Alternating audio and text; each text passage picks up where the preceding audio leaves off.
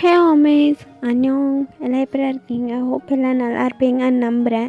நம்ம இப்போ என்ன பார்க்க போகிறோம்னா ஜிமினோட FF part 5 my love fate தான் பார்க்க போகிறோம். It's just a fan fiction story தான். Please don't addict the story. Headset must imagination yourself. ஓகேவா, வாங்க நம்ம ஸ்டோரிக்குள்ளே போயிடலாம். அதுக்கு முன்னாடி நம்ம சேனல் யாராவது சப்ஸ்கிரைப் பண்ணாமல் பார்த்துட்டு இருந்தீங்கன்னா சப்ஸ்கிரைப் பண்ணிக்கோங்கடா. நம்ம லாஸ்ட் பார்ட் எதோட முடிச்சிருந்துருப்போம்னா, நீங்கள் ஜிமினோட ஃபேமிலி அண்ட் நீங்கள் எல்லாருமே ஒரு ஃபங்க்ஷனுக்கு தான் போயிருந்துருப்பீங்க. ஜிமினோட அப்பாவோட ஃப்ரெண்டோட பையனோட பர்த்டே ஃபங்க்ஷனுக்கு தான் போயிருந்துருப்பீங்க. ஸோ அங்கே ஒரு பர்சன் உங்கள்கிட்ட நீங்கள் மேரிடா இல்லை நான் மேரிடான்னு கேட்டிருப்பாங்க. நீங்கள் நான் மேரிடுன்னு தான் சொல்லியிருந்திருப்பீங்க. ஸோ ஜிமினோ உங்களை பார்த்துட்டு எதுக்கு இவ இப்படி சொல்கிறா அப்படின்னு யோசிச்சுட்டு இருந்திருப்பான். ஸோ நீங்களும் இன்னும் 6 மந்த்தில் நான் இங்கேருந்து போயிடுவேன் அப்படின்லாம் சொல்லியிருந்திருப்பீங்க அந்த பையன்கிட்ட.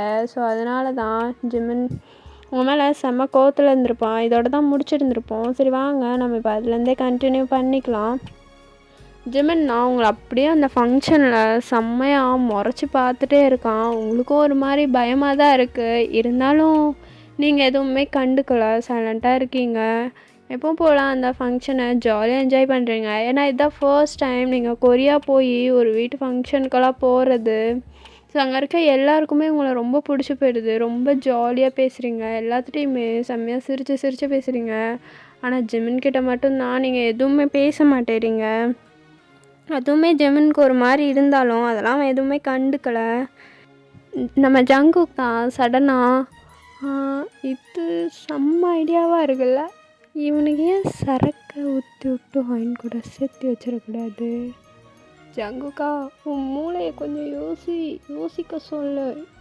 இவனுங்க 2 பேர்த்து எப்படியாவது சேர்த்து வைக்கணுமே அப்படின்னு சொல்லிட்டு ஜங்குக் தான் யாருக்கோ கால் பண்ணுறான். அந்த பர்சனும் கால் அட்டன் பண்ணுறாங்க. ஜங்குக் கொஞ்சம் தள்ளி வந்து யாருமே இல்லாத இடத்துல நின்று தான் பேசிகிட்டு இருக்கான். ஹலோ தம்பி, எனக்கு ஒரு 2 பேக்கெட் வேணும்ப்பா, கிடைக்குமா? சார் 2 பேக்கெட்டா? முந்தா நேற்று தானே 5 வாங்கிட்டு போனீங்க, இன்றைக்கி என்ன 2 மறுபடியுமா? அதுக்குள்ளேயுமா எல்லாத்தையும் காலி பண்ணிட்டீங்க? டே மூட்ரா நீ. எனக்கு எல்லாம் தெரியும், ஆனால் நீ கொடுத்த அந்த 5 பேக்கெட்டும் ஒன்றும் அவ்வளோலாம் அர்த்தம் இல்லை, அவ்வளோலாம் ஆகலை. இந்த தடவை கொடுக்குறது 2மே செம்ம இதாக மூட்டை ஏற்றுற மாதிரி இருக்கணும், சரியா? அந்த மாதிரி பவுடர் இப்போ எனக்கு வேணும், கிடைக்குமா? சார், ஆனால் இப்போ திடீர்னு கேட்குறீங்க, இருங்க நான் பார்த்துட்டு சொல்கிறேன் அப்படின்னு சொல்லிட்டு அந்த பையனும் எங்கேயோ போய் என்னத்தையும் தேடிட்டு இருக்கான் ஒரு பிளேஸில். அவனும் ஒரு பேக்கெட்டை கையில் எடுத்துகிட்டு தான், சார் ஓகே, ஏதோ உங்கள் புண்ணியம் ஒரு 4 பேக்கெட்டு கிடக்கு, இதை போட்டிங்கன்னா ஃபுல்லாக ஏறிக்கும். 24 மணி நேரம் என்ன, 2 நாள் வச்சு நல்லா அப்படின்னு அந்த பையன் சொல்ல ஜங்குக் தான் டே போதும்டா, இது எனக்கு கேட்குற மாதிரி சொல்லிட்டுருக்க அப்படின்னு ஜங்குக் சொல்கிறான். அந்த பையனும் எது உங்களுக்கு இல்லையா, அப்புறம் வேற யாருக்கு சார்? ஓ, நம்மளுக்கு புதுசாக கஸ்டமர்லாம் பிடிச்சி விட ஆரம்பிச்சிட்டிங்களா என்ன நீங்கள் அப்படின்னு அந்த பையன் கேட்குறான். வச்சுருக்காரு பெரிய கோல்டு பிஸ்னஸ்ஸு, ஒரு கஸ்டமரை பிடிச்சி விட்றாங்க. அது என் ஃப்ரெண்டுக்கிடா, அவனோட ஒய்ஃபுக்கும் அவனுக்கும் ஒரு சின்ன ப்ராப்ளம், ஸோ அதுக்கு தான் வேணும் அப்படின்றான். ஸோ அவனும் சரி சார், எப்போ வேணும், எங்கே வேணும்? எனக்கு இப்போ வேணும், எங்கே இருக்கீங்க அப்படின்னு அந்த பையன் கேட்க ஜங்குக்கும் அட்ரஸ் கொடுக்குறான். ஸோ கொஞ்ச நேரத்துலையே அந்த பையன் டக்குன்னு ஜங்குக்கு தான் கால் பண்ணுறான். அவனும் ஜங்குக்கு அட்டன் பண்ணிட்டு சொல்கிறா, என்ன சார், நான் நீங்கள் சொன்ன இடத்துக்கு வந்துட்டேன், வரீங்களா இல்லையா நீங்கள்? என்னடா இவ்வளோ ஃபாஸ்ட்டாக இருக்க, இரு வரேன் அப்படின்னு சொல்லிட்டு ஜங்குக் தான் எந்திரிச்சு வேகமாக வெளியே வரான். ஜிமின் டக்குன்னு எங்கே போகிற? மச்சான் ஒரு 5 நிமிஷம் மச்சான், ரெஸ்ட் ரூம் மட்டும் போயிட்டு வந்துடுறேன் அப்படின்னு சொல்லிட்டு ஜங்குக் அங்கேருந்து வெளியே வரான். அந்த பையன்கிட்ட இருந்து அந்த பேக்கெட்டை வாங்கிட்டு இது நல்லா இது நானே சார், அதான் சொல்கிறேனே, இந்த ஒரு பேக்கெட்டை யூஸ் பண்ணாலே 2 டேஸு முடியவே முடியாது. சரி இந்தாங்க, இதுக்கு மட்டும் சார்ஜ் ஒரு 1000 சார். எது 1000? அட பாவி, நான் அன்றைக்கி 5 பேக்கெட் வாங்கினதுக்கு 500 தானடா கேட்டேன். சார் நான் தான் சொல்கிறேன்ல இது கொஞ்சம் காஸ்ட்லின்னு. ஓ அப்படியா? ஆமாம், நீ என்ன உன் ஒர்க்கில் செம்ம டைமிங்கில் இருக்க? நான் கேட்டோன்னே கொண்டாந்து கொடுத்துட்டேன். ஆமாம் சார், கஸ்டமர் முக்கியம்ல, அதுக்கு தான். ஐயா, அப்படியெல்லாம் சொன்னது தான். நீ பார்க்காதனும் கோல்டு பிஸ்னஸ்லாம் கிடையாது, இது ஒரு பிஸ்னஸ்ஸு, இதுக்கு டைமிங் வேறு. வாங்கி திங்கிற உனக்கே இப்படி இருக்குன்னா அதை சேல்ஸ் பண்ணுறேன்னா கொஞ்சம் கெத்து காட்ட வேணாம். டே என்னடா பொசுக்குன மாதிரி அதை நான் பேசிட்டேன். டப்பார் அடுத்த தடவை அப்புறம் வரவே மாட்டேன் பார்த்துக்க, இந்த மாதிரிலாம் பேசிட்டு இருந்தேன். ஐயோ சார் சாரி சார், பழக்க தோசத்தில் சொல்லிட்டேன். நீங்களாம் வரலைன்னா அப்புறம் எப்படி நாங்கள் பிஸ்னஸ் நடத்துறது சொல்லுங்கள் பார்க்கலாம். சரி சார், இதில் கம்மியாக மட்டும் யூஸ் பண்ணுங்க, அப்புறம் பின்னாடி பெரிய ப்ராப்ளம் ஆயிரும். போடா சார், உங்களுக்கு தானா இல்லை வேறு யாருக்காவதா? என் ஃப்ரெண்டுக்கு கல்யாணம் ஆயிடுச்சா? அதெல்லாம் ஆயிடுச்சு. ஆமாம், உனக்கு எதுக்கு இத்தனை டவுட்டு? இல்லை, அவருக்கு கையில் ரேகை இருந்தால் தேஞ்சிரும்ல, அதான் கேட்டேன். நான் தான் சொன்னனே இது கொஞ்சம் வேற மாதிரி பவுட்ருன்னு அப்படின்னு அந்த பையன் சொல்கிறான். அதெல்லாம் கல்யாணம் ஆயிடுச்சு, அதுங்க ரெண்டுத்துக்கெல்லாம் சண்டை, அதுக்கு தான் இதை வாங்கினேன், கிளம்பு அப்படின்னு சொல்ல அந்த பையனும் அப்போ சரி, ஏன்னா பிரச்சனை வராமல் இருந்தால் ஓகே தான் அப்படின்னு சொல்லிட்டு அந்த பையனும் கிளம்பிடுறான். ஜங்குக்கும் ஒரு மாதிரி சிரிச்சிட்டு ஜிமின் கிட்ட தான் நடந்து வரான். ஜிமினும், டே வாஷ்ரூம் இந்த சைடு இருக்குது, நீ என்ன வெளியே இருந்து வந்துட்டுருக்க, எங்கே போன இவ்வளோ நேரம்? இல்லை மச்சான், அது வாஷ்ரூம் போனேன்னா எனக்கு ஒரு கால் வந்துச்சு, அப்படியே வெளியே போயிட்டேன். என்ன வாஷ்ரூம் போயிட்டே வா? டின்னாடா பொசுக்குன்னு இப்படி கேட்டேன். வாஷ்ரூம் போயிட்டேன்னா இல்லை, வாஷ்ரூம் போயிட்டு எல்லாத்தையும் முடிச்சுட்டு வெளியே வந்தால் ஒரு கால் வந்துச்சு, அதான் அப்படியே பேசிட்டு வெளியே போயிட்டேன்னு சொல்லந்தான். அல்ல பர்றா, நீ சொன்ன ஆங்கிள் அப்படி தான்டா இருந்துச்சு, அதுதான் கேட்டேன். சரி உனக்கு இருக்கும். சரி, என்ன ஃபங்க்ஷனுக்குலாம் வந்திருக்க, குடிக்கல அப்படின்னு ஜங்கு கேட்க, குடிக்கணும் தான், பட் என்ன இவங்கெல்லாம் வந்திருக்காங்க, நைட்டு டிரைவிங் நான் தானே பண்ணணும், அதான். ஓ அப்படியா சார்?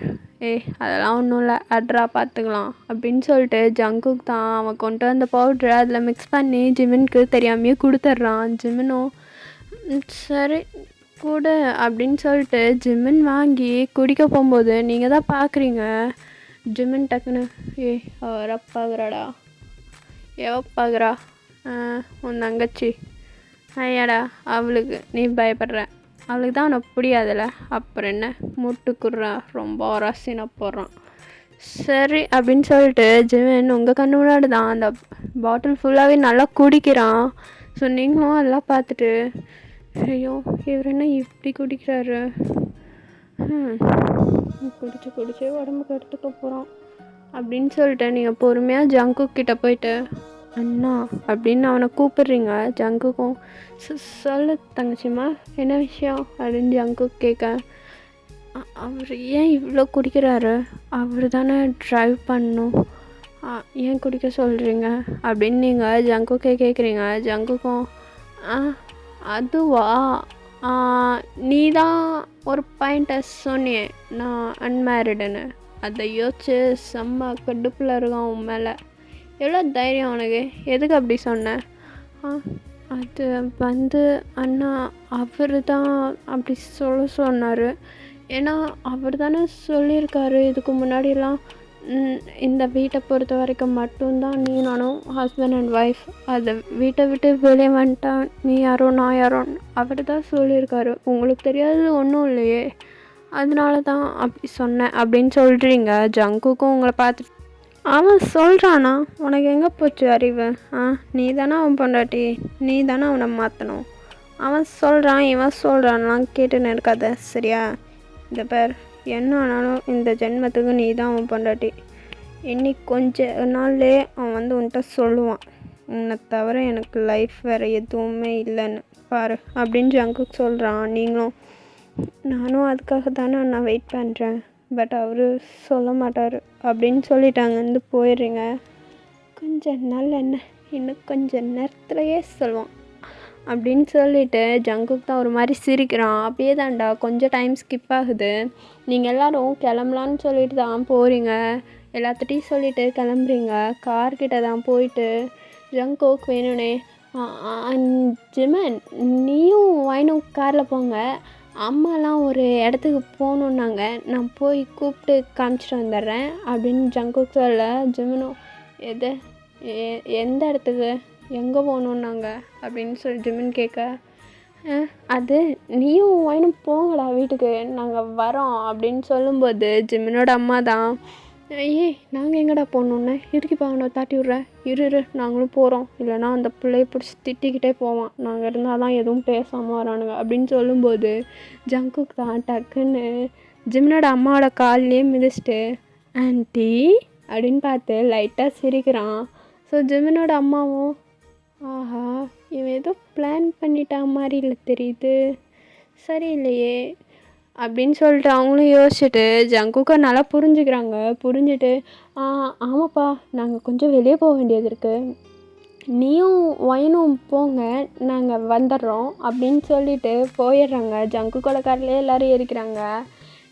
நீங்களும் ஜிமினும் தான் காரில் ஏறி உட்காந்துக்கிறீங்க. அந்த சைடு ரோடு ஃபுல்லாக செம்ம மழை, கார் போக முடியல, ஒரு இடத்துல ஃபுல்லாக தண்ணியாக தேங்கி நிற்கிது.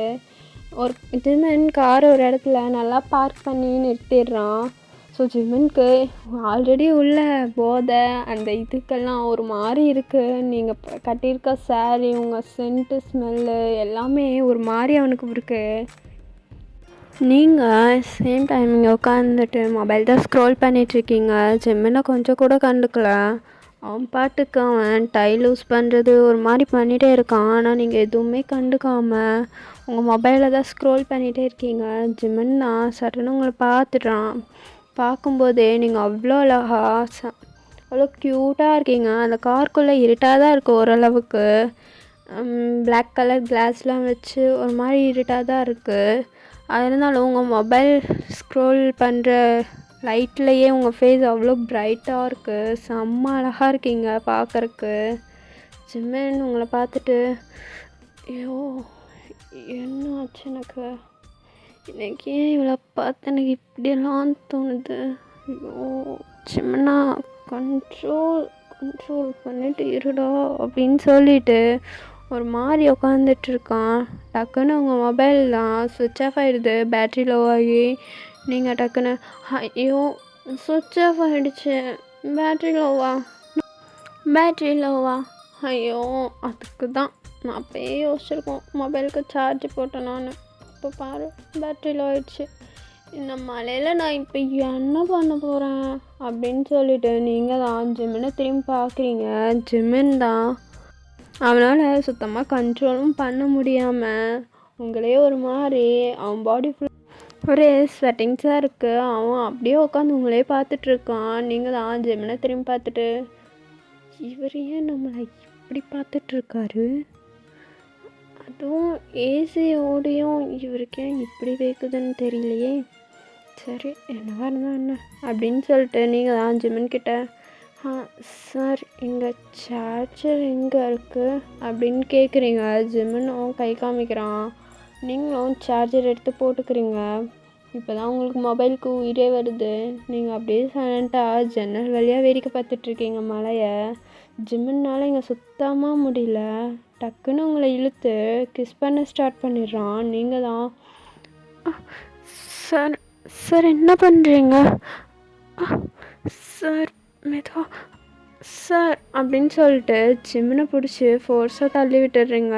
ஜிமினும் வயன் என்னால் சுத்தமாக முடியல, இப்போதைக்கு என்ன ஸ்டாப் பண்ணாத அப்படின்னு சொல்லிட்டு உங்ககிட்ட தான் மறுபடியும் வரான். நீங்கள் ஒரு மாதிரி ஜிமினை பார்த்துட்டு சார் உங்களுக்கு என்ன ஆச்சு, ஏன் இப்படிலாம் நடந்துக்கிறீங்க அப்படின்னு சொல்லிட்டு உங்கள் லிப்ஸ் எல்லாம் ஒரு மாதிரி துடைக்கிறீங்க ஜிமின் கிஸ் பண்ணதை. ஜிமின்க்கு அதை பார்த்து எச்சா கடுப்பாகுது. உங்களை பார்த்துட்டு ஓ நான் தொட்டாலே உனக்கு அருவருப்பாக இருக்கான்னு அப்படின்னு சொல்லிட்டு ரிட்டன் உங்ககிட்ட தான் வரான். நீங்கள் ஜிமினை தள்ளி விட்டுட்டு சார் என்ன பண்ணுறீங்க, நீங்கள் உங்களுக்கு என்னாச்சு அப்படின்னு கேட்குறீங்க. ஜிமினோ ஏன் சத்தியமாக எனக்கு தெரில என்னாச்சுன்னு, அடம் பிடிக்காத ஒழுங்காக வந்துரு அப்படின்னு சொல்லிட்டு உங்களை மறுபடியும் கிட்ட இழுக்கிறான். நீங்கள் தான் அவனை தள்ளி விட்டுறீங்க. ஸோ உங்களாலையும் ஜிமினை தள்ள முடியல. ஜிமின் அப்படியே உங்கள் கிட்டே வரான். நீங்கள் சார் ப்ளீஸ் விடுங்க, என்னால் இதெல்லாம் முடியாது அப்படின்னு சொல்லிட்டு ஜிம்மனை தள்ளிவிட்டே இருக்கீங்க.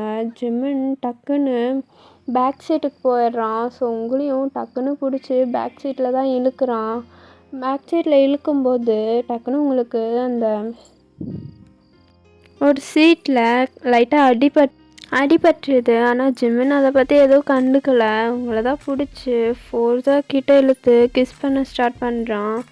நீங்களும் ஜிம்மனை பிடிச்சி தள்ளி விட்டுட்டு, சார் என்ன பண்ணுறீங்க? எனக்கு பயமாக இருக்குது, ஏன் இப்படியெல்லாம் நடந்துக்கிறீங்க, உங்களுக்கு என்ன ஆச்சு அப்படின்னு நீங்கள் கேட்குறீங்க. ஜிம்மன் இருந்தாலும் அதெல்லாம் கண்டுக்கவே இல்லை. உங்களை பிடிச்சி செம்மையாக கிஸ் பண்ணி உங்கள் ட்ரெஸ்லாம் ஒரு மாதிரி ரிமூவ் பண்ணுறான். நீங்களும் சார் ப்ளீஸ் வேண்டாம் சார், வேண்டாம், இதெல்லாம் வேண்டாம் சார், என்ன பண்ணுறீங்க நீங்கள், உங்களுக்கு என்ன ஆச்சு, நல்லா தானே இருந்தீங்க அப்படின்னு சொல்லிட்டு நீங்கள் தான் ஜிம்மனை பார்த்து கேட்டுகிட்டே இருக்கீங்க. ஆனால் ஜிம்மன் அதுக்கெல்லாம் ஆன்சர் பண்ணவே இல்லை. பொறுமையாக அவங்க ட்ரெஸ்ஸஸ்லாம் ரிமூவ் பண்ண ஸ்டார்ட் பண்ணுறான். நீங்களும் சரி வேறு வழி இல்லை, இவனை கண்ட்ரோல் பண்ண முடியாது போல் இருக்குது அப்படின்னு சொல்லிட்டு நீங்களும் அவனுக்கு ஓகே சொல்கிற மாதிரி பண்ணுறீங்க. ஸோ ஜிம்மன் தான் அப்படியே உங்களை செம்மையாக ஃபோர்ஸாக கிஸ் பண்ணிகிட்டே இருக்கான். நீங்களும் பேக் கிஸ் பண்ணுறீங்க. ஜிம்மனுக்கு இப்போ நல்லா புரிஞ்சிடுது நீங்கள் ஓகே சொல்கிறீங்கன்றது, உங்கள் கிஸ்ஸே சொல்லிடுது. ஸோ ஜிம்மனும் இது போதும் அப்படின்ற மாதிரி உங்களை செம்மையாக கிஸ் பண்ணுறான். உங்கள்கிட்ட செம்மையாக கிஸ் பண்ணிட்டு உங்களை ஃபுல்லாக ரப் பண்ணிகிட்டே இருக்கான். நீங்களும் அப்படி தான். உங்களுக்கு ஒரு மாதிரி ஆகுது. அப்படியே ஜிம்மனும் அவன் ட்ரெஸ்லாம் ரிமூவ் பண்ணுறான். அப்படியே அவன் உங்கள் கிஸ்ஸை உங்கள் ஜஸ்ட்டு உங்கள் நெக்குன்னு ஃபுல்லாக கிஸ் பண்ணி பைட் பண்ணி வைக்கிறான். நீங்கள் தான் ஜிம்மன் ஜிம்மன் ப்ளீஸ் பைட் பண்ணாதீங்க, வலிக்குது, ஜிம்மன் மெதுவாக பண்ணுங்க ப்ளீஸ் அப்படின்னு சொல்லிட்டு ஒரு மாதிரி பண்ணிட்டு மோன் பண்ணுறீங்க. ஜிம்மனும் அப்படியும் சுத்தமாக முடியல. செம்மையாக அவங்கள ரப் பண்ணி கிஸ் பண்ணி பண்ணிகிட்ருக்கான். அப்படியே பொறுமையாக அவன் இன்சர்ட் பண்ணவும் போகிறான். நீங்கள் தான் உங்களுக்கு ஒரு மாதிரி பயமாக இருக்குது, வலிக்குமா எப்படி இருக்கும் அப்படின்ற மாதிரி நீங்கள் ஜிம்மனை பார்த்துட்டு இதெல்லாம் வேண்டாம் சார் ப்ளீஸ், எனக்கு ஒரு மாதிரி பயமாக இருக்குது, வேண்டாம் அப்படின்னு கேட்குறீங்க. ஜிம்மனும் சத்தியமாக முடியலன்னு சொல்லிட்டுருக்கேன், என்ன உனக்கு அப்படின்னு சொல்லிட்டு இன்சர்ட் பண்ணுறான். அவ்வளோதான், உங்களுக்கு செம்ம பெயினாக இருக்குது. நீங்கள் ஒரு மாதிரி கத்தவே ஸ்டார்ட் பண்ணிடுறீங்க. ஜிம்மன் உங்களுக்கு அவ்வளோ ஸ்பீடாக பண்ணிகிட்ருக்கான். நீங்கள் தான் ஜிம்மன் மெதுவாக பண்ணுங்கள், என்னால் முடியல, வலிக்குது, ப்ளீஸ் மெதுவாக பண்ணுங்க ஜிம்மன் அப்படின்னு நீங்கள் அழவே ஸ்டார்ட் பண்ணுறீங்க. ஜிம்மனும் ப்ளீஸ் டே கொஞ்ச நேரம் பொறுத்துக்கோ அப்படின்னு சொல்லிட்டு பண்ணிகிட்டே இருக்கான். உங்களுக்குன்னா அது ரொம்ப பெயினாகவும் இருக்குது, ரொம்பவுமே ஒரு மாதிரி இருக்குது. அப்படியே தான்டா உங்களுக்கு அந்த நைட் ஃபுல்லாக அவ்வளோ ஹாப்பியாக இருக்குது. உங்களுக்குமே அதில் ரொம்ப மாதிரி ஹாப்பியாகவும் தான் இருக்குது. ரொம்ப ஹாப்பியாக இருக்கீங்க ரெண்டு பேருமே. ஓகே டார்லிங், இந்த பார்ட்டை நான் இதோட முடிச்சுக்கிறேன். நெக்ஸ்ட் பார்ட் ஜூன் போடுறேன். இந்த எபிசோட் எப்படி இருந்துச்சுன்னு மறக்காமல் கமெண்ட்டில் சொல்லிடுங்க. Tata bye, love you all, miss you.